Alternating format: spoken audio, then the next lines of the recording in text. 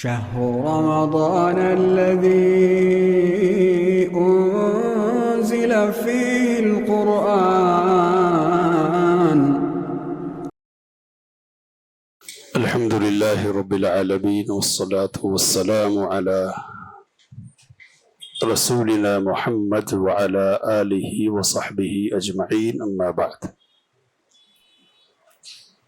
آج 11ویں شب کی تراویح ہم نے ادا کی ہے. سورۃ التوبہ کا ایک حصہ اور سورہ یونس کا بہت سارا حصہ آپ کے سامنے آج پڑھی گئی ہے. جس آیت کریمہ سے تلاوت کا آغاز ہوا وہ سورۃ التوبہ کی 104 نمبر کی آیت کریمہ ہے. اللہ تعالیٰ نے ارشاد فرمایا کہ أَلَمْ يَعْلَمُوا أَنَّ اللَّهَ هُوَ يَقْبَلُ التَّوْبَةَ عَنْ عِبَادِهِ وَيَأْخُذُ الصَّدَقَاتِ وَأَنَّ اللَّهَ هُوَ التَّوَّابُ الرَّحِيمُ.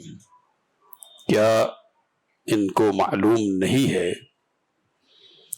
کہ اللہ ہی اپنے بندوں سے توبہ قبول کرتا ہے اور صدقات لیتا ہے، اور بلا شبہ اللہ تعالیٰ بڑا توبہ قبول کرنے والا، رحم کرنے والا ہے. اس آیت کریمہ میں اس بات پر ابھارا گیا کہ بندے کو توبہ کرنا چاہیے گناہ کے بعد، اور صدقات بھی کرنا چاہیے. توبہ سے بھی گناہوں کی معافی ہوتی ہے اور صدقات بھی گناہوں کی معافی کا سبب ہے. اللہ نے کہا کہ اللہ توبہ قبول کرتا ہے، تو یہ ایسی حقیقت ہے جو اظہر من الشمس ہے کہ اللہ معاف فرماتا ہے، اور معاف فرمانے کی اس نے کوئی حد نہیں رکھی ہے. کسی کی بھی معاف کرنے کے لیے تیار ہے، اور کسی بھی گناہ کو معاف کرنے کے لیے وہ تیار ہے. شرط یہ ہے کہ بندہ توبہ کرے، اور جو وقت متعین ہے توبہ کرنے کے لیے اس وقت پر کرے. وقت کیا ہے؟ تو نبی اکرم صلی اللہ علیہ وسلم نے کہا کہ اللہ بندے کی توبہ قبول کرتا ہے ما لم یغرغر، جب تک کہ غرغرہ کی کیفیت نہ طاری ہو جائے، یعنی سانس ادھر کو نہ آ جائے اور وہ جو غیب ہے نا مشاہدے میں تبدیل نہ ہو جائے. اور زمانی اعتبار سے، یہ تو ایک فرد کے اعتبار سے ہے، زمانی اعتبار سے نبی اکرم صلی اللہ علیہ وسلم نے ارشاد فرمایا کہ اللہ اپنا ہاتھ رات کو پھیلاتا ہے تاکہ دن کا گنہگار توبہ کر لے، اور دن کو ہاتھ پھیلاتا ہے کہ رات کا گنہگار توبہ کر لے.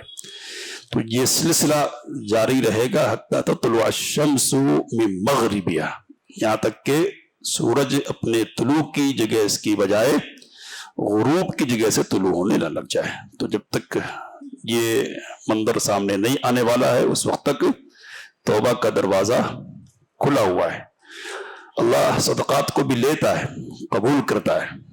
تو یہ بھی ایک بڑی بات ہے جو اللہ تعالیٰ کی طرف سے کہی جا رہی ہے کہ صدقہ کسی اور کو نہیں دیتے، تم کس کو دیتے ہو؟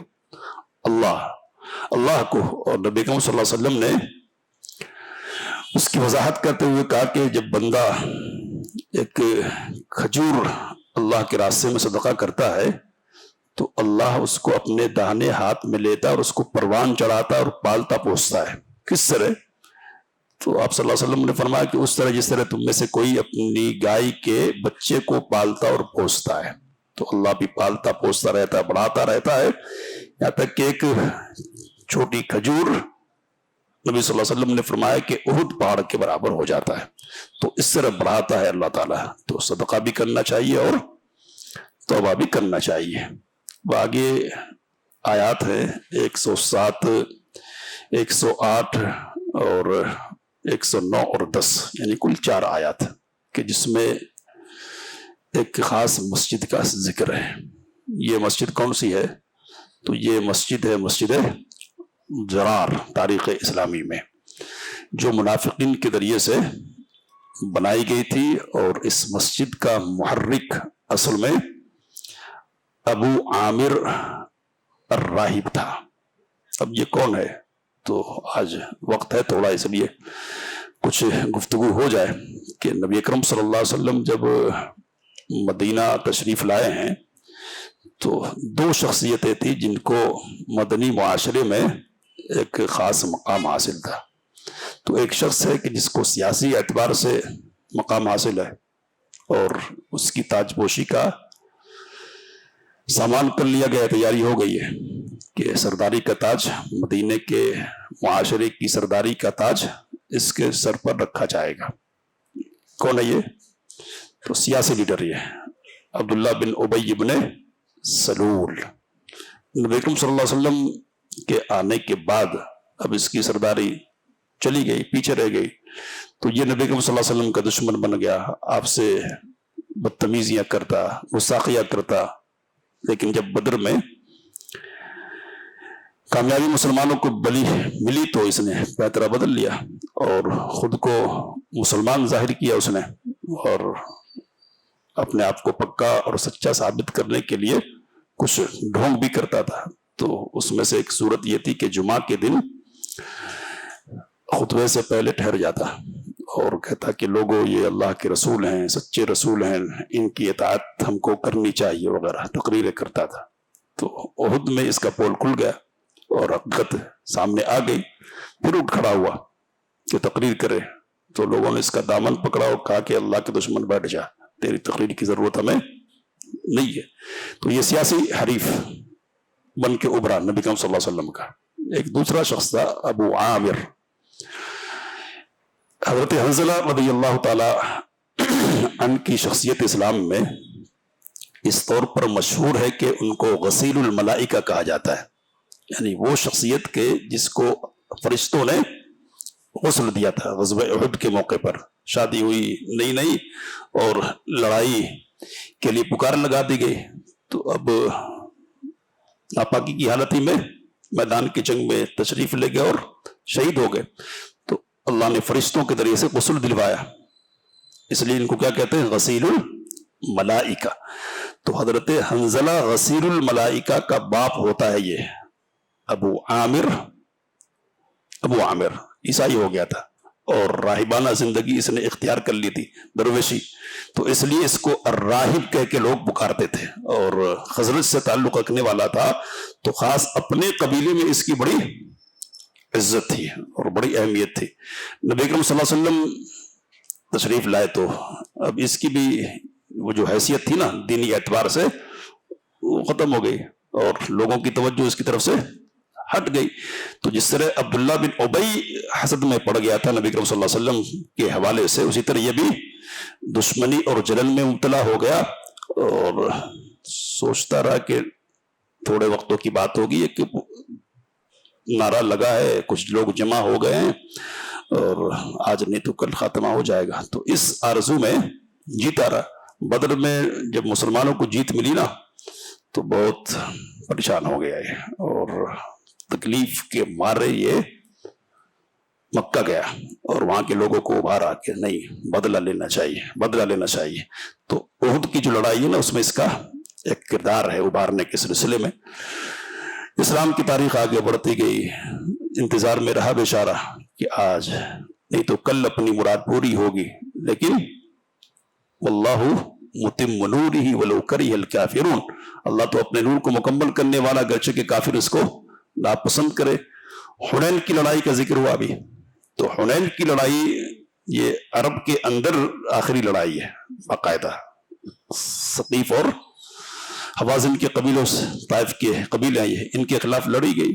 تو اب یہ مطلع صاف ہو گیا کہ عرب میں تو اب اپنی دال گلنے والی نہیں ہے، اب اپنے لیے کیا ہے؟ مایوسی ہے۔ تو بھاگ گیا یہ اور شام کے علاقے میں پہنچا اور قیصر روم کی مصاحبت اختیار کی اور اس کو چڑھانے لگ گیا مدینے پر حملہ آور ہونے کے لیے۔ اور یہاں مدینے میں جو منافقین تھے ان کے ساتھ اس نے خط و کتابت کا سلسلہ شروع کیا، اور اس خط و کتابت کے سلسلے میں اس نے ایک پلاننگ تھی۔ پلاننگ کیا تھی کہ ایک مسجد تعمیر کرو، اس مسجد کو مسلمانوں کے خلاف کمین گاہ کے طور پر استعمال کرنا ہے، کمین گاہ کی، اور جو لوگ آئیں گے نا اس سازش کا حصہ ہوں گے ان کے لیے ٹھہرنے کی یہ جگہ ہوگی۔ تو مسجد بنا لی گئی اور نبی کریم صلی اللہ علیہ وسلم کی خدمت میں حاضری دی گئی کہ ہم نے یہ مسجد بنائی ہے، اور مقصد یہ ہے کہ سردی اور برسات وغیرہ کے موسم میں آنے جانے کی جو تکلیفیں ہیں نا، تو ان تکلیفوں پڑے بغیر ہم جماعت کے ساتھ نماز ادا کر سکیں۔ آپ تشریف لائیں اور اس مسجد کا افتتاح فرمائے، 2 رکعت نماز پڑھ دیں۔ نبی کریم صلی اللہ علیہ وسلم اس وقت تبوک کے لیے بس تشریف لے جانے والے ہی تھے، تو آپ نے کہا کہ ابھی تو نہیں، میں واپس آؤں گا تو پھر نماز پڑھوں گا۔ گئے، واپس آئے، مدینے سے بالکل قریب تھے کہ وحی کے ذریعے سے اطلاع دی گئی اور آیات اتر گئی کہ اے نبی کریم صلی اللہ علیہ وسلم، یہ جو مسجد بنائی گئی ہے نا وہ اخلاص پر مبنی نہیں ہے۔ اس کی بنیاد کس بات پر ہے؟ تو اللہ تعالیٰ نے کہا کہ ضرارہ، اس کی بنیاد مسلمانوں کو نقصان پہنچانے کے لیے ہے، وہ کفرہ، اس کی بنیاد کفر پر ہے، وہ تفریقا بین المؤمنین، اور مسلمانوں کے درمیان تفرقہ پیدا کرنے کے لیے ہے، وہ ارصادا لمن حارب اللہ ورسولہ، اور جو اللہ اور اس کے رسول صلی اللہ علیہ وسلم سے لڑے جنگ کرے ان کے لیے گھات فراہم کرنے کے لیے، جگہ فراہم کرنے کے لیے ہے۔ کہا کہ باتیں تو اصل میں یہی ہے، لیکن جب آپ صلی اللہ علیہ وسلم پہنچیں گے نا، آپ بتائیں گے کہ یہ معاملہ ہے تو قسمیں کھائیں گے، زور زور کی کہیں گے ان اردنا الا الحسنى، نہ ہمارا ارادہ برا نہیں تھا، ہم تو اچھا ارادہ چاہتے تھے، ہم لوگوں کی سہولت چاہتے تھے، ہم یہ چاہتے تھے کہ برسات میں لوگوں کو تکلیف نہیں پہنچے، سردی کے موسم میں کمزور قسم کے لوگوں کو تکلیف نہیں پہنچے، آسانی سے جماعت کے ساتھ ہو جائے۔ اللہ نے کہا واللہ یشہد انہم لکاذبون، اللہ گواہی دیتا ہے کہ یہ کون ہے، جھوٹے ہیں۔ اور پھر حکم دیا نبی کریم صلی اللہ علیہ وسلم کو کہ لا تقم فیہ ابدا، آپ اس میں کھڑے نہیں ہوں گے۔ نہیں ہوں گے کا مطلب کیا ہے؟ تو ایک کھڑا ہونا نماز میں ہوتا ہے، تو مراد ہے کہ نماز آپ صلی اللہ علیہ وسلم نہیں پڑھیں گے، اور دوسرا مطلب ہے کہ نماز تو چھوڑیے، وہاں ٹھہرنا بھی نہیں، اس لیے کہ آپ کا ٹھہرنا بھی یہ اس جگہ کی عزت کی بات ہو جائے گی، تو اس لیے وہاں آپ کا ٹھہرنا بھی نہیں ہونا چاہیے۔ اور پھر کہا کہ لمسجد اسس علی التقوی، وہ مسجد کے جس کی بنیاد تقوی پر ہے اول روز سے، وہ اس بات کی زیادہ حقدار ہے کہ آپ اس میں ٹھہرے۔ فی رجال، اس مسجد میں ایسے لوگ ہیں یحبون ان یتطہروا، جو پاکیزگی کو، خوب پاک رہنے کو پسند کرتے، اور اللہ پاکیزگی پسند کرنے والوں کو پسند فرماتا ہے۔ اور کہا کہ جس مسجد کی بنیاد تقوی پر ہو، اللہ کی رضامندی پر ہو، وہ بہتر ہے، یا وہ مسجد بہتر ہے کہ جس کی بنیاد کیا ہے، اس زمین پر ہے کہ جو نیچے سے کٹی ہوئی اور اس کنارے پر ہے، کبھی بھی وہ ڈھہ جانے والی ہے، جس کی بنیاد نفاق پر ہے، جس کی بنیاد کفر پر ہے، دکھاوے پر اور ریاکاری پر ہے۔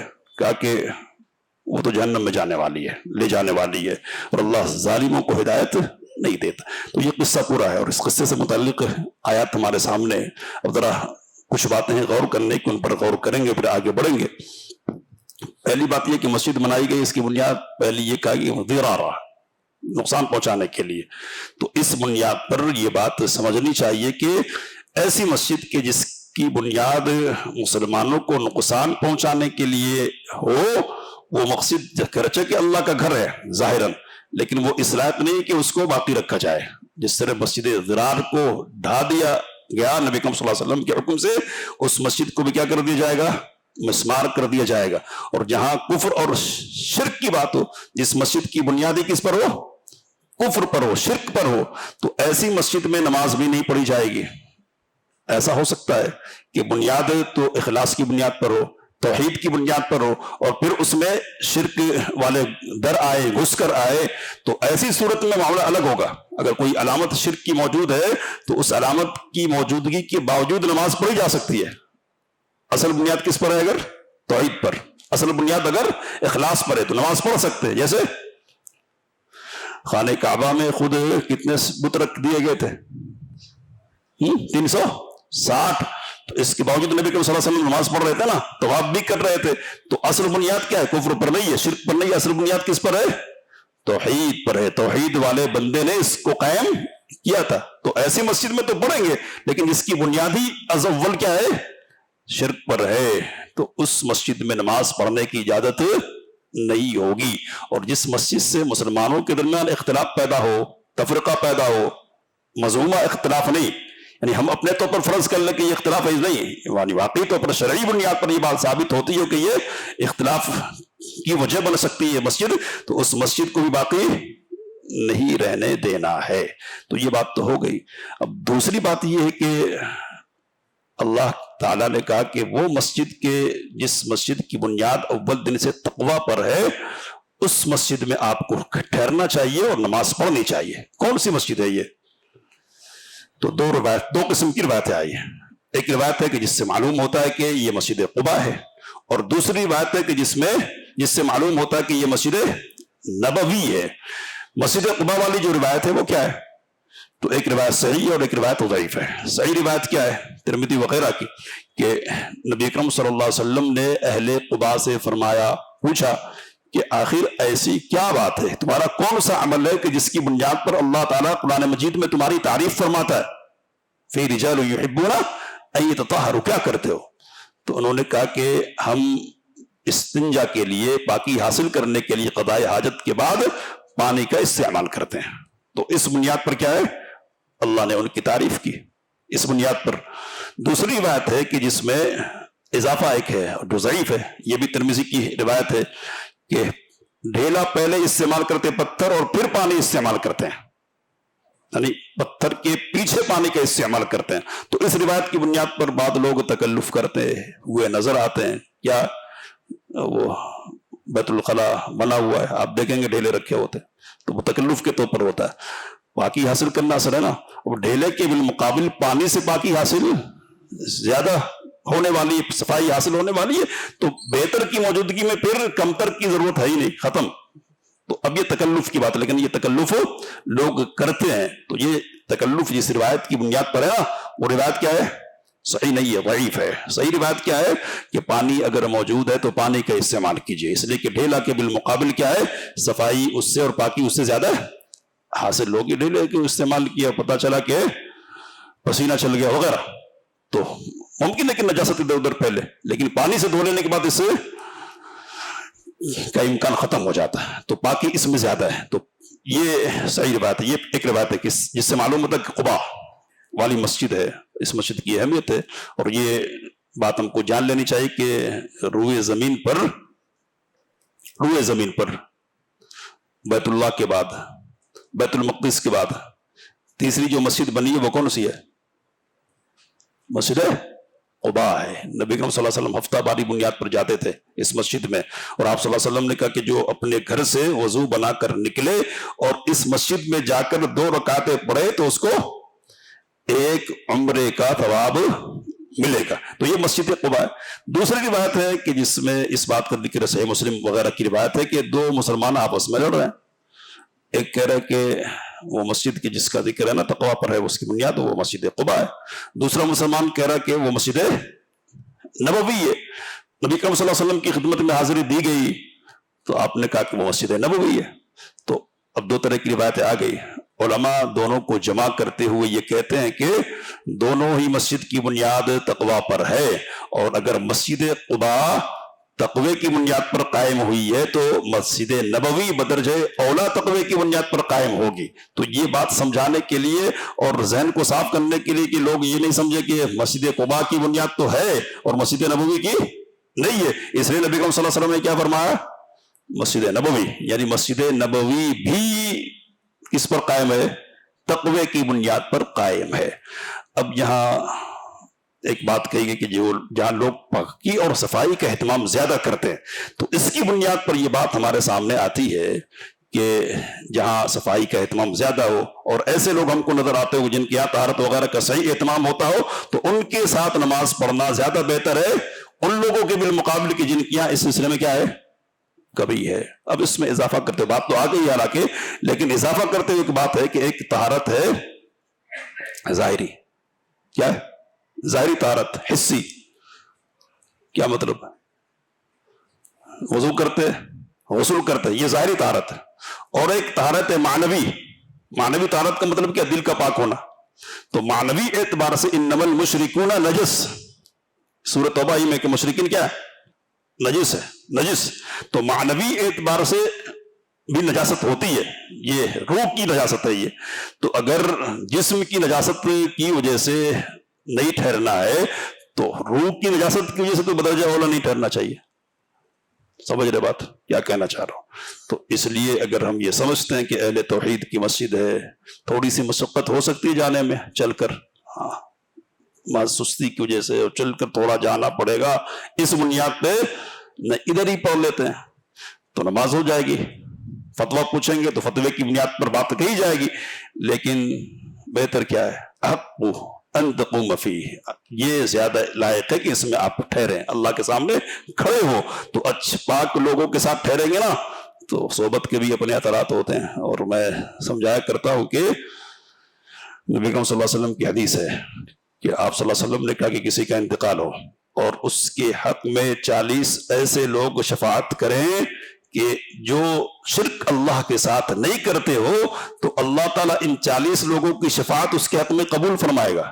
یعنی نماز جنازہ میں 40 لوگ ایسے شامل ہو گئے جو شرک کرنے والے نہیں ہے نا. کیا کرتے ہیں؟ شریک ہو کر دعا کریں گے نا. تو دعا کریں، اگر شفاعت کرے نا تو اللہ معاف فرما دے گا. تو یہ کب آنے سنا؟ اب یہ الگ مسئلہ کہ ہم آ کر بھی نہیں آتے. کیا مطلب ہے؟ نہیں آ کر آتے لیکن آپ کون ہے معلوم نہیں، آپ کون ہے پتہ ہی نہیں ہے. ہاں چہرہ دیکھا ہوا ہے لیکن کون ہے، کیا کرتے، کہاں رہتے، آپ کے کیا مسائل ہے، وہ تو مغرب کی زندگی اس حوالے سے جیتے ہم کہ کسی کو کسی سے مطلب نہیں ہے. لیکن جماعت کے جو مقاصد ہے نا، ان میں سے ایک مقصد یہ بھی ہے کہ اجتماعیت قائم ہو اور تعارف وسیع ہو، لوگ پہچانے کہ کون ہے کیا ہے، اور ایک دوسرے کے مسائل حل کرنے کی پوزیشن میں وہ ہو. تو پہچان بنتی ہے. ادھر انتقال ہو جائے گا نا تو ممکن ہے کہ اس پہچان کی بنیاد پر شفاعت اہل توحید کی مل جائے. اور یہ شفاعت نہیں مل سکتی اس وقت جبکہ آپ کیا ہے. تو میں نے دیکھا ہم محنت کرتے تھے، کوششیں کرتے تھے، کبھی لڑ بھی لیتے تھے، لیکن ہمارے بعض اخوان تھے خاندانی طور پر، اہل حدیث سے خاندانی طور پر ہے نا، بزرگ نرم رویہ رکھتے تھے، پھرتے تھے کن کے ساتھ؟ ہاں پھرنے والوں کے ساتھ. دیکھا انتقال ہو گیا، پتہ چلا کہ بیٹے نہیں تھے، بیٹیاں تھی، اور بیٹیاں ایسے گھرانے میں بیاہی ہوئی ہے جو اہل بدعت میں سے. تو قبل اس کے کہ ہم پہنچے اور ہم تدفین وغیرہ کا انتظام کرے، نماز جنازہ پڑھے، پتہ چلا کہ نماز پڑھ لی گئی، تدفین بھی ہو گئی. سمجھ میں آ رہی ہے بات؟ تو اگر تعلق رکھے گا نا تو یہ جو بہت نازک مرحلہ ہے، قبر کی منزل طے ہونے والی ہے نا، تو یہاں بہت سارے لوگوں کا سپورٹ مل جائے گا. دعا کیا ہے؟ سپورٹ ہی. نبی کریم صلی اللہ علیہ وسلم نے کہا کہ مرنے والے کی مثال کیسی ہوتی ہے؟ تو ڈوبنے والے کی ہوتی ہے. ڈوبنے والے کو تنکے کا سہارا بھی بہت ہوتا ہے، کہتے ہیں نا ڈوبنے والے کو تنکے کا سہارا. تو ایک دعا اگر کی جائے نا کسی کے حق میں، اور خاص طور پہ بیٹا اگر کر رہا، نبی کریم صلی اللہ علیہ وسلم نے کہا کہ بڑا پہاڑ جیسا بنا کر پیش کیا جاتا ہے مرنے میت کے سامنے. میت پوچھتی ہے کہ یہ کدھر سے؟ تو اللہ تعالیٰ کی طرف سے کہا جاتا ہے کہ یہ تمہارے بیٹے کی دعا کی وجہ سے ہے. تو دعا کی بڑی قیمت ہے، ہر آدمی کے لیے قیمت ہے، لیکن وفات شدہ لوگوں کے لیے اس کی بڑی قیمت ہے. تو اس کو ہم کو سمجھنا چاہیے کہ کیا ہے معنوی پاکیزگی جن کے یہاں ہے، ہم ان کے ساتھ رب کے سامنے ٹھہریں گے، اس کی کوشش کریں گے. ظاہری پاکی کی بھی اہمیت ہے، لیکن اس سے بڑھ کر کس کی اہمیت ہے؟ معنوی پاکیزگی والوں کی اہمیت ہے. تو اس حوالے سے نبی کریم صلی اللہ علیہ وسلم کے چچا ہیں ابو طالب، جانتے کون ہے، خدمت کیا ہے، قربانیاں کیا، سب وفات ہو گئی. نبی صلی اللہ علیہ وسلم نے اپنی والی کوشش کی کہ آخر وقت میں بھی ان کی زبان سے کلمہ توحید نکل آئے کہ یا امی قل لا الہ الا اللہ احاج لک بها عند اللہ. چچا لا الہ الا اللہ کہہ لیجئے، میں اس کی بنیاد پر اللہ کے یہاں آپ کی سفارش کر لوں گا. تو ادھر ابو جہل بھی بیٹھا ہے اور عبداللہ بن ابی ربیعہ، دو لوگ بیٹھے ہوئے. وہ اپنی صداقت رہا، عبد المطلب کے دین کو چھوڑ دیں گے بابا کے، بابا کے دین کو چھوڑ دیں گے تو آر سے بچنے کے لیے، روایت کے الفاظ باقاعدہ آر سے بچنے کے لیے کہ لوگ کیا کہیں گے کہ ابو طالب مرتے وقت ڈر گیا اور باپ کے دین سے پھر گیا، لوگ یہ بات پھیلائیں گے، اس وجہ سے کیا ہو گیا، ابو طالب کے منہ سے جو آخری الفاظ نکلے ہیں وہ علی ملت عبد المطلب کے الفاظ ہیں، یعنی میں اپنے باپ عبد المطلب کی ملت پر وفات پاتا ہوں، مرتا ہوں۔ تو اب یہ جو منظر ہے نبی اکرم صلی اللہ علیہ وسلم کے لیے بہت سوگوار، غمناک منظر، بہت تکلیف دہ منظر ہے، اور جذبات نبی اکرم صلی اللہ علیہ وسلم کے کیا ہو رہے ہیں یہاں، تو کہا لَأَسْتَغْفِرَنَّ لَكَ مَا لَمْ أُنْهَ عَنْكَ، صحیح بخاری کی روایت ہے، نبی اکرم صلی اللہ علیہ وسلم کہنے لگے کہ جب تک مجھے منع نہیں کر دیا جائے نا میں آپ کے لیے مغفرت کی دعا کرتا رہوں گا، جذبات ہے یہ۔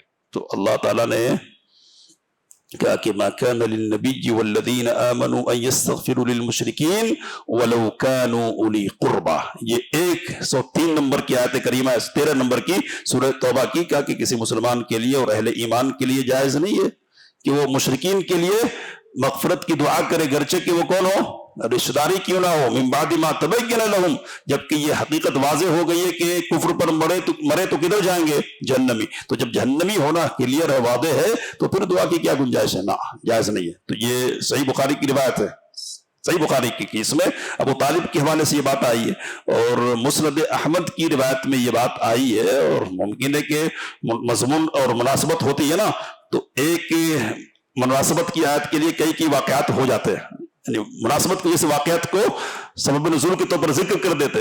تو مسند احمد کی روایت میں ہے کہ نبی اکرم صلی اللہ علیہ وسلم نے اللہ تعالیٰ سے اجازت طلب کی، کس بات کی، کہ میں اپنی والدہ کے لیے دعائے مغفرت کروں، تو اللہ تعالیٰ نے کیا کر دیا، منع کر دیا، کہا کرنا رشتہ داری کیوں نہ ہو، اجازت نہیں ہے۔ صحیح مسلم کی روایت میں کہ نبی اکرم صلی اللہ علیہ وسلم والدہ کی قبر پر بیٹھے ہیں، آنکھوں سے آنسو رواں ہیں، یہاں تک کہ زمین تر ہو جا رہی ہے، آپ فرما رہے کہ میں نے اجازت طلب کی اپنی والدہ کے لیے مغفرت کی دعا کرنے کی، اللہ نے منع کر دیا، اور پھر میں نے اللہ سے اجازت طلب کی کہ اے اللہ قبر کی زیارت کی اجازت دے دے، تو دے دیے، کہا کہ قبروں کی زیارت کیا کرو، کیونکہ اس سے موت یاد آتی ہے۔ تو یہ ہو یا وہ، مضمون ایک ہے، مضمون کیا ہے کہ کسی مشرک کے لیے مغفرت کی دعا کرنی جائز نہیں ہے۔ اب یہ ایک سوال تھا سامنے کہ حضرت ابراہیم علیہ السلام نے تو اپنے ابا کے لیے دعا کی تھی نا، تو اللہ نے اس کی وضاحت کر دی اور کہا کہ ابراہیم نے اس وقت کی تھی جب کہ ان پر حقیقت واضح نہیں ہوئی تھی، جب حقیقت واضح ہو گئی کہ وہ اللہ کا دشمن ہے باپ، تو تبرأ من، برات کا اظہار کر لیا۔ اب ایک پریشانی اس طرح کے موقع پر صحابہ کرام رضوان اللہ تعالیٰ علیہ مجمعین کے سامنے آتی تھی کہ اب تو یہ حکم آ گیا، لیکن اب تک جو کیا ہے اس کا کیا ہے، اور کچھ لوگ ایسا کرتے ہوئے اس دنیا سے چلے گئے تو ان کا کیا بنے گا، یعنی اس سے پہلے ہم مشرکین کے لیے دعا کرتے رہے مغفرت کی وغیرہ، تو جو لوگ کر کے اس دنیا سے چلے گئے ان کا کیا ہے۔ تو ایک اصولی بات اللہ تعالیٰ نے ارشاد فرمائی، کہا کہ وَمَا كَانَ اللَّهُ لِيُضِلَّ قَوْمًا بَعْدَ إِذْ هَدَاهُمْ، ایسا نہیں ہو سکتا کہ اللہ کسی قوم کو ہدایت کے بعد گمراہ کر دے، کہا ہے حتی یبین لہم ما یتقون، یہاں تک کہ اللہ واضح کر دے ان کے لیے اس چیز کو جس سے ان کو بچنا ہے۔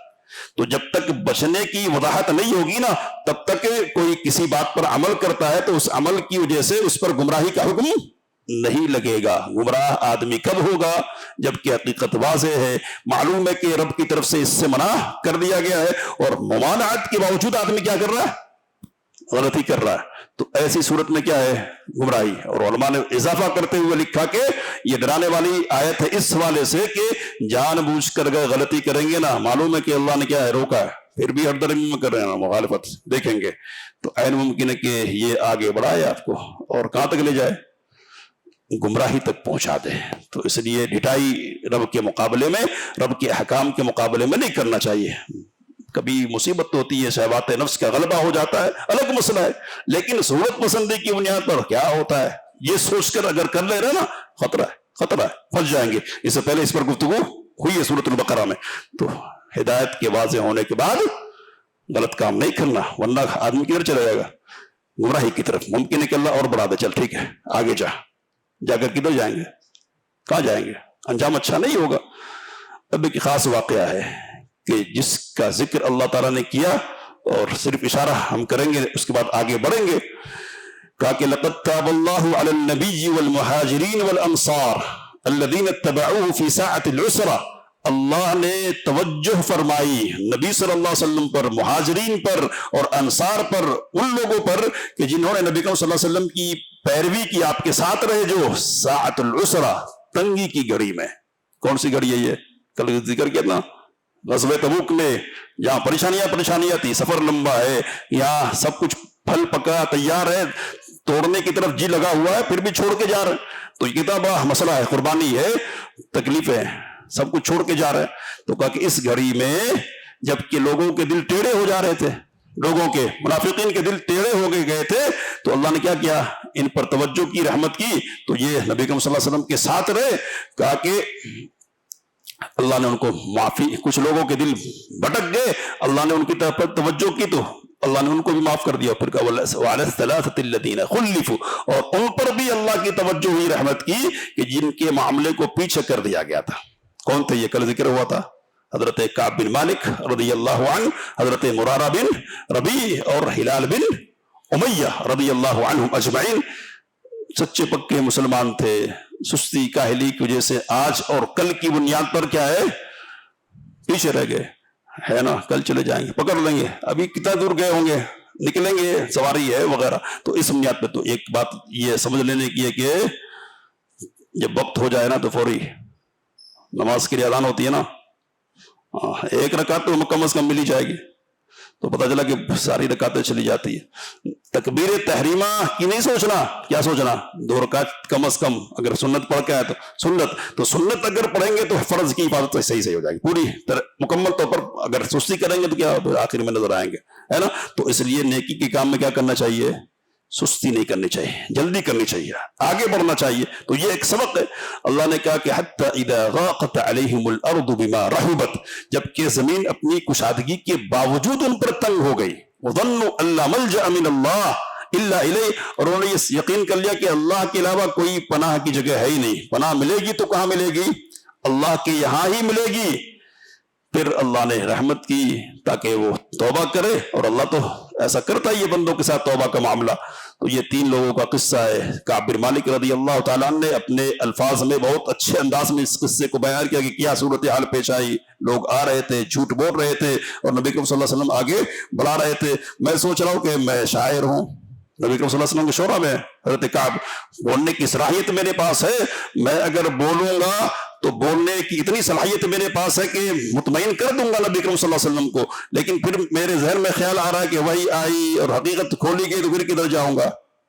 تو اس لیے میں نے ٹھان لیا کہ کچھ بھی ہو جائے، کیسی بھی آزمائش آئے، بولوں گا، سچ ہی بولوں گا، سچ ہی بولوں گا۔ ٹھیک ہے، جب نہیں گئے تو پھر آپ انتظار کیجئے، اللہ آپ کے سلسلے میں فیصلہ سنائے گا۔ زمین بدل گئی ہے نا، اپنے لوگ اپنے نہیں رہ گئے ہیں۔ حضرت ابو قتادہ رضی اللہ تعالیٰ عنہ چچا زاد بھائی ہے، باغ میں موجود ہے، صبر نہیں ہوا، باغ کی دیوار پھلانگ کر گئے۔ ابو قتادہ، کیا میں اللہ اور اس کے رسول صلی اللہ علیہ وسلم سے محبت نہیں کرتا ہوں؟ کہا کہ میرے کو نہیں پتا ہے، اللہ و رسول عالم، اللہ اور اس کے رسول صلی اللہ علیہ وسلم زیادہ جانتے، ہم کو پتا نہیں۔ اللہ اور اس کے رسول نے جو فرمان جاری کیا نا، ہم اس پر عمل کریں گے۔ آپ سے بات کرنے کو نہیں کہا گیا، نہیں کریں گے، آپ کیا ہم کو پتا نہیں ہے۔ تو کیسا منظر ہوگا یہ سوچ لیجئے۔ اور اسی میں وہ شاہ غسان کی طرف سے خط آتا ہے۔ خط کون ہے؟ کعب بن مالک۔ کون ہے جو بتائے گا کہ کعب بن مالک کون ہے؟ خط ہے، کیا ہے؟ میں نے سنا ہے کہ آپ کے ساتھی نے آپ سے دغا کر لیا ہے، منہ پھیر لیا ہے، اور آپ ایسے آدمی تو نہیں کہ جس سے منہ پھیرا جائے، جس سے اعراض کیا جائے، بے توجہ کی جائے، آپ تو نوازے جانے کے ہیں۔ تو آئیے، آپ کا استقبال کیا جائے گا، آپ کو نوازا جائے گا۔ کہتے ہیں کعب بن مالک رضی اللہ تعالیٰ عنہ کہ میں نے سوچا کہ یہ ایک اور آزمائش ہے، اس لیے آزمائش کو فوری طور پر ختم کر دینا، اور آزمائش کی جتنی چیزیں ہیں نا غائب کر دینا۔ اس کو کیا کیا انہوں نے؟ یہ بھی سبق ہے، اس کو یاد کر لینا کہ کوئی چیز ایسی ہے اپنے ساتھ جو فتنے کا سبب بن سکتی ہے نا، اس کو ختم دور کر دینا اپنے آپ سے، ختم۔ تو گئے، خط کو تنور کے حوالے کر دیا۔ نہ رہے بانس، نہ بانسری بچ سکتی ہے، شیطان کو کوئی موقع مل سکتا ہے۔ بہرحال 40 دن گزر گئے، کہا کہ بیوی سے بے لگ ہو جانا، ہو گئے۔ پھر 50 دن کے بعد آیت اتر گئی کہ اللہ کی طرف سے ان کے لیے معافی ہے۔ اب اس میں جو ایک خاص بات ہے کہ جس کو حضرت کعب نے خاص طور پر بیان کیا، وہ بات کیا ہے؟ تو اللہ نے کہا یا ایھا الذین آمنوا اتقوا اللہ، اے ایمان والو اللہ سے ڈرو وَكُونُوا مَعَ الصَّادِقِينَ، اور سچے لوگوں کے ساتھ رہو، جو سچ بولنے والے ہیں نا ان کے ساتھ رہو۔ تقویٰ یہ سچ بولنے پر آمادہ کرنے والی چیز ہے، تو اللہ سے ڈر کر تمہیں سچائی کا راستہ اختیار کرنا چاہیے۔ حضرت کعب بن مالک رضی اللہ تعالیٰ عنہ کہتے کہ میں نہیں جانتا کہ سچ بولنے کی بنیاد پر کسی کو اتنا بڑا انعام ملا ہو کہ جتنا بڑا انعام اللہ نے مجھے عطا فرمایا، ورنہ میں بھی کہاں تھا، میں بھی گیا تھا جھوٹ بولنے والے کے ساتھ، تو اپنا کام تو بن جاتا تھا، کدھر ہو جاتے تھے، منافقین کے ساتھ ہو جاتے تھے۔ لیکن میں نے سچ بولا تو اللہ نے آزمائش کے ساتھ کیا ہے، آزمایا تو گیا سچ کی بنیاد پر، لیکن اللہ نے معافی کا اعلان کر دیا۔ تو سچائی کی بنیاد پر جو انعام مجھے ملا ہے جتنا بڑا، میں نے جانتا کہ اور کسی بنیاد پر مجھ کو کوئی انعام ملا ہو، اس لیے میں نے سوچ لیا ہے کہ کچھ بھی ہو جائے سچائی کا دامن نہیں چھوڑوں گا، ہمیشہ سچ ہی بولوں گا۔ ٹھیک ہے، تو یہ سورہ توبہ سے متعلق بات ہو گئی۔ اب آگے سورہ یونس ہے، لمبی سورتوں میں سے 8ویں نمبر کی سورہ، توحید، رسالت، آخرت، مکی صورتوں کا مضمون یہی ہے، اور پھر ڈرانے کے لیے پچھلے واقعات ہوتے ہیں۔ تو اس سورہ میں حضرت یونس علیہ السلام کا قصہ ہے، اور موسیٰ علیہ السلام کا قصہ بیان کیا گیا ہے، اور نوح علیہ السلام کا بھی تھوڑا سا ذکر ہے، دوسروں کا بھی ذکر اجمالی طور پر آیا ہے، لیکن ذرا تفصیل میں موسیٰ علیہ السلام کا قصہ بیان کیا گیا، اور تھوڑا یونس علیہ السلام کا قصہ ذکر کیا گیا ہے۔ ایک دو باتیں وہ کہہ کے بات ختم کریں گے۔ کہا کہ تمہارے لیے یہ تعجب کی بات ہے کہ تم ہی میں سے ایک آدمی کو اللہ نے بھیج دیا، یعنی ایک انسان کا رسول ہونا تمہارے لیے تعجب کی بات ہے۔ یہ تعجب کی بات کیوں ہے تمہارے لیے؟ اور پھر کہا کہ تمہارا رب کون ہے؟ آسمان و زمین کو پیدا کرنے والا، 6 دنوں میں اس نے پیدا کیا، تمہارا رب وہ ہے، اس کی عبادت تمہیں کرنی چاہیے، لیکن تم ادھر ادھر جاتے ہو۔ اور پھر بیچ میں یہ بھی کہا کہ اللہ نے پیدا کیا جس طرح پہلی مرتبہ اسی طرح دوبارہ تم کو زندہ کرے گا۔ یہ آخرت کی بات ہو گئی، تو رسالت، توحید اور آخرت کی بات ہو گئی۔ اب یہ جو توحید ہے نا، اس میں در اندازی کدھر سے ہوتی ہے، گھسپٹ کدھر سے ہوتا ہے، تو اس کو بیان کیا اللہ نے آگے کہا وَيَعْبُدُونَ مِن دُونِ اللَّهِ مَا لَا يَضُرُّهُمْ وَلَا يَنْفَعُهُمْ، یہ ایسوں کی عبادت کرتے ہیں جو نہ ان کو نقصان پہنچا سکتے اور نہ نفع دے سکتے ہیں۔ کیوں کرتے ہیں؟ تو کہتے ہیں وَيَقُولُونَ هَؤُلَاءِ شُفَعَاؤُنَا عِندَ اللَّهِ، یہ اللہ تعالیٰ کی ہمارے کیا ہے، سفارشی ہیں، پہنچانے والے ہیں، واسطہ اور کیا ہے، وسیلہ ہے۔ کہا کہ قُلْ أَتُنَبِّئُونَ اللَّهَ بِمَا لَا يَعْلَمُ فِي السَّمَاوَاتِ وَلَا فِي الْأَرْضِ، آپ کہیے کہ کیا اللہ کو ایسی بات کی خبر دے رہے ہو کہ اس کا علم اللہ کو آسمانوں میں اور زمین میں نہیں ہے؟ کون سی بات ہے کہ جو اللہ تک نہیں پہنچتی اور اللہ کو نہیں معلوم ہے کہ پہنچانے کے لیے بیچ والوں کی ضرورت ہے؟ یہ مطلب ہے کہ اللہ کو تو پتا نہیں کہ اللہ کا کوئی واسطہ اور وسیلہ ہے، بیچ والا ہے کوئی بھی، تم بتا رہے ہو اللہ کو؟ تاکہ سبحانہ وتعالی عما یشرکون، تمہارے شرک سے اللہ کیا ہے، پاک ہے۔ تو واسطے اور وسیلہ بنانے کو کیا کہا اللہ نے؟ شرک سے تعبیر کیا، اور مشرکین کے شرک کی پوری بنیاد کیا ہے، اسی واسطے اور وسیلے کے عقیدے پر تھی۔ بدقسمتی رہی مسلمانوں کی، کیا ہے بدقسمتی؟ تو بدقسمتی یہ ہے کہ جس گندگی سے نکالا محمد رسول اللہ صلی اللہ علیہ وسلم نے قربانیاں دے کر، طرح طرح کی قربانیاں دے کر، امت پھر کر اسی گندگی میں پھنس گئے، اور اسی پھندے میں شیطانی گرفتار ہو گئی۔ اللہ نے آگے کی آیت میں ایک بات کہی ہے، اس کو جوڑ کر تھوڑی سی بات آپ کے سامنے آئے گی۔ اللہ نے کہا کہ هُوَ الَّذِي يُسَيِّرُكُمْ فِي الْبَرِّ وَالْبَحْرِ، وہ اللہ ہی ہے جو تم کو خشکی میں اور سمندر میں چلاتا ہے، چلنے کے وسائل فراہم کرتا ہے نا، سواریاں دی ہے گھوڑوں کی شکل میں، اونٹ کی شکل میں وغیرہ، کشتی کی شکل میں، سمندر میں۔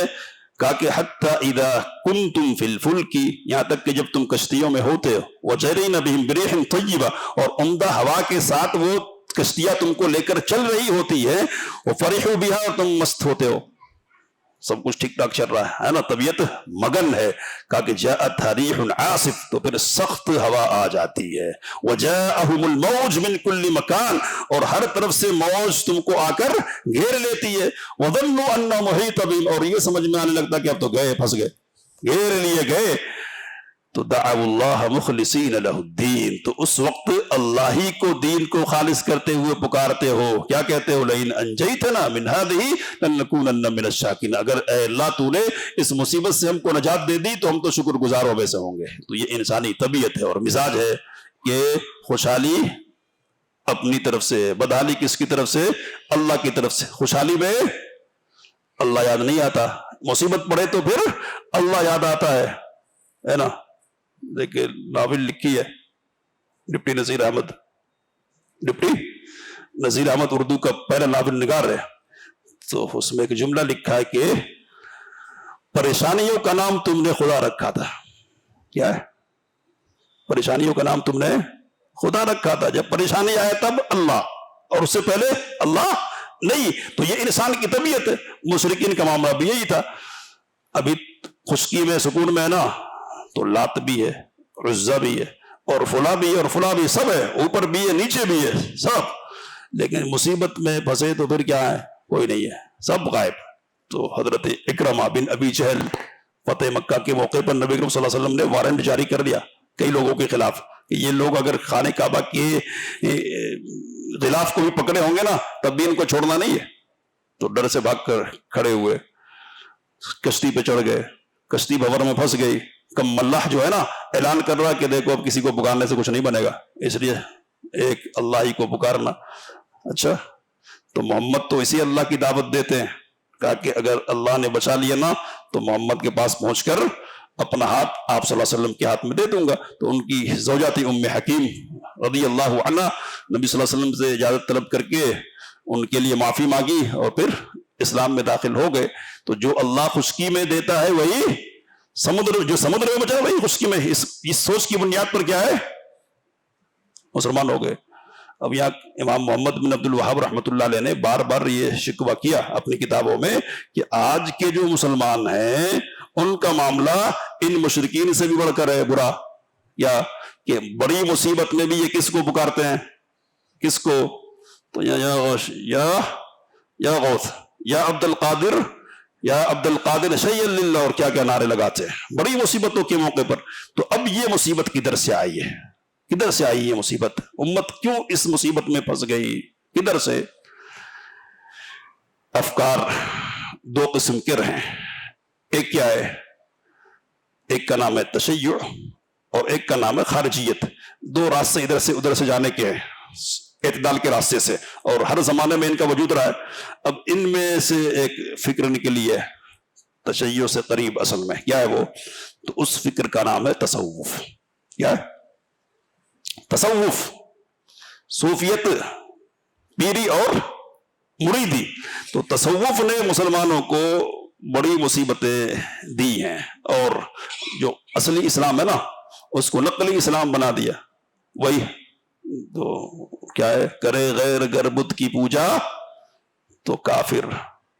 پورا علامہ حلی نے پورا کہا ہے، لیکن کہ مسلمانوں پر مگر مومنوں پر کشادہ ہے راہیں، پرستش کرے شوق سے جس کی چاہے۔ تو جس کی چاہے شوق سے پرستش کر رہے ہیں، کیوں کرنے لگ گئے؟ تو عبد الرحمن کیلانی رحمت اللہ علیہ کی ایک تفسیر ہے تیسیر القرآن، 4 جلدوں میں، تو انہوں نے شریعت و طریقت پر بھی ایک کتاب لکھی اچھی، اور ثابت کیا کہ تصوف کیا ہے، کس دنیا کا نام ہے نا۔ تو ان کی نظر اچھی ہے اس پہ، تو انہوں نے لکھا کہ یہ جو مصیبت مسلمانوں میں آئی ہے نا وہ کدھر سے آئی ہے؟ تصوف کی راہ میں سے۔ کیسے؟ تو کہا کہ تصوف والوں نے یہ تصور دیا مسلمانوں کو کہ اللہ تک پہنچنا چاہتے ہو، نہیں پہنچ سکتے ڈائریکٹ، کیا کرنا پڑے گا؟ تو کہا کہ پہلے شیخ، پھر رسول، پھر اللہ، ایسے واسطہ چلانا پڑے گا۔ اور کہا کہ ڈائریکٹ اگر اللہ کے ذکر میں کے چکر میں پڑے نا ترقی نہیں مل سکتی۔ پہلے کیا ہے؟ شیخ کا تصور کیا ہے؟ فنا فی الشیخ ہونا پڑے گا، پھر فنا فی الرسول ہونا پڑے گا، پھر فنا فی اللہ کا درجہ آئے گا۔ تو یہ جو نیچے والے لوگ ہم جیسے، وہ کبھی آتا ہی نہیں مسئلہ فنا فی اللہ کا، فنا فی الرسول کا، وہ فنا فی الشیخ ہی میں الجھے رہتے ہیں، یعنی پیری مریدی کے چکر میں پھنسے رہتے ہیں۔ یہاں ہی سارا ہوتا ہے، یہاں سر جھکایا جاتا ہے، یہاں نذرانے پیش کیے جاتے ہیں، سب کچھ ہوتا ہے۔ تو یہ شرط ہے تصوف کے، پیری مریدی کے شرطوں میں سے ہے یہ۔ سمجھ رہے بات؟ کہ ایک مرید کیا کرے گا؟ خود سے ذکر نہیں کرے گا، بلکہ اپنے ذہن میں، اپنے دماغ میں ہر وقت پہلے مرحلے میں کس کا تصور رکھے گا؟ شیخ کا۔ چلتے پھرتے کھاتے پیتے اٹھتے بیٹھتے کیا ہے؟ اور یہ بھی قصہ ہے کہ یہ بھی عقیدہ رکھے کہ اس کا شیخ اس کے ساتھ ہمیشہ رہتا ہے۔ تو اس طرح ہمیشہ سوچ رہتے رہتے ایک عکس کی کیفیت پیدا ہو جاتی ہے، اور سمجھ میں واقعتاً آنے لگتا کہ ہاں میرا شیخ کیا ہے؟ میرے ساتھ ہے. تو قصے بہت سارے ہیں. میرا جب بانی کا ایک دور تھا نا تو قصے سنا دیتے ایسا کہ شیخ کہہ رہا مرید سے ایک بیوی کے رہتے ہوئے دوسری بیوی سے نہ. سمجھ میں آ رہی ہے بات؟ ایک بیوی کے رہتے ہوئے دوسری بیوی سے نہیں ملنا چاہیے تھا. ایسا کیسے؟ یہ تو اندر کا مسئلہ ہے نا. آپ کو کیسے؟ تو کہا کہ میں تھا شیخ رہتے ساتھ میں. ٹھیک ہے. تو اللہ تک پہنچنے کے لیے پہلے ادھر جانا پڑے گا. ابھی قصہ سورہ کی ختم کر رہا ہوں بات کہ اعلیٰ حضرت کی کتاب ہے ایک ملفوظات. کیا ہے؟ ملفوظات مجدد میعت حاضرہ. وہ جو پچھلی صدی گزری ہے نا کہتے ہیں کہ اس کے مجدد تھے. اب کس چیز کی تجدید کی؟ بدعت کو دلیل فراہم کی انہوں نے. تو قصہ نقل کیا کہ جنید بغدادی بڑے صوفی گزرے ہیں. جنید بغدادی دریائے دجلہ پر چلے جا رہے ہیں اور اس طرح چلے جا رہے ہیں کہ زمین پر چل رہے ہیں اور کیا کہہ کے چلے جا رہے ہیں؟ یا اللہ یا اللہ یا اللہ. پیچھے سے ایک آدمی آیا. کہا کہ میں کیسے آؤں؟ تو کہا کہ بول یا جنید یا جنید یا جنید. تو یا جنید بولنا شروع کیا اس نے. سفر شروع ہو گیا. لیکن الفاظ کیا ہے کہ شیطان نے پھر وسوسہ اندازی کی اور سمجھایا اس کو کہ پیر تو یا اللہ کہہ کے جا رہا ہے اور تو یا جنید کہہ رہا. تو شیطان نے وسوسہ ڈالا نا تو اس نے یا اللہ کہنا شروع کیا. اب جیسے یا اللہ کہنا شروع کیا اندر کہا کہ یا پیر یا شیخ میں تو گیا. پیر کیا کہہ رہا ہے؟ کہا کہ پھر وہی کا کیا یا شیخ یا شیخ. تو یہ جو یا شیخ فلاف شیخ کا مسئلہ ہے نا اس نے کبارہ کر دیا پورا. اب عام لوگوں میں اتنا اس کا تعارف نہیں رہتا لیکن جو نتیجہ اور رزلٹ ہے نا وہ عام لوگوں کے سامنے کہ ادھر قبول ہوگی نہیں ہوگی گارنٹی نہیں ہے. سنتے نا ہاں ادھر قبول ہوگی یا نہیں ہوگی گارنٹی نہیں ہے. یہاں تو 100% یقین ہے کہ قبول ہونے یہ دعا. مسجد میں ہوگی یا نہیں ہوگی گارنٹی نہیں. کدھر سے؟ تو بڑے بڑے پیر ہیں. فرید الدین گنج شکر پاکستان میں مزار ہے اور ہمارے یہاں کے خواجہ اجمیری ان سب کے ملفوظات ہیں اپنی جگہ پر. تاکہ قیامت کے دن اگر اللہ ہمارے پیر کی صورت میں جلوہ گر ہوا تو دیکھوں گا ورنہ تاکوں گا بھی نہیں. سمجھ میں آ رہی بات؟ تو یہ گورکھ دھندا ہوا اور پھر امت پھنس گئی. کہاں ہے پھنسی ہوئی؟ تو جہاں مشرکین مکہ پھنسے ہوئے تھے چاہیے واسطہ چاہیے. اس کے بغیر چلتا نہیں ہے. واسطے کے بغیر کیا ہوتا ہے؟ تو قصہ آپ کو سنایا تھا میں نے. بات یہ کہ کسی واسطے کی ضرورت نہیں ہے. ادعونی استجب لکم ادعونی استجب لکم ایاک نعبد و ایاک نستعین. اور کیا ہے؟ وَإِذَا سَأَلَكَ عِبَادِي أَنِّي فَإِنِّي قَرِيبٌ أُجِيبُ دَعْوَةَ الدَّاعِ. تو یہ دعوت ہے, یہ فکر ہے, یہ قرآن ہے, اس کے آپ حاملین ہیں. ادھر ہی نہیں رہنا چاہیے. ادھر ذرا پاسنگ کا مسئلہ ہو, ذرا اس کے بارے میں سوچیں. ہم لوگوں نے کوشش کی ہے تب آپ یہاں بیٹھے ہوئے. لوگوں کی کوششیں نہیں ہوتی نا تو یہ محفل آپ کو نہیں ملتی تھی اور ہم کو نہیں ملتی تھی. جس طرح پہلوں نے کوشش کی اسی طرح ہم کو بھی کوشش کرنی چاہیے. اب بھی بہت تعداد ہے. اب اپنی تعداد کو دیکھ کر مطمئن بہت ہو گیا. اب تو بہت کیا ہے, ادھر بہت ہے. ادھر جب تک بہت رہیں گے نا مصیبتیں آتی رہیں گی کسی نہ کسی شکل میں. شرک ہے, مصیبت ہے, بات اس سے پہلے آئی ہے. تو ہم کو پڑھنا چاہیے, سمجھنا چاہیے اور اس کو پہنچانے کی کوشش کرنی چاہیے. اللہ سے دعا کی باتوں کو سمجھنے سے کام لینے کی توفیق مت فرمائے. آمین. وآخر دعوانا الحمدللہ رب العالمین.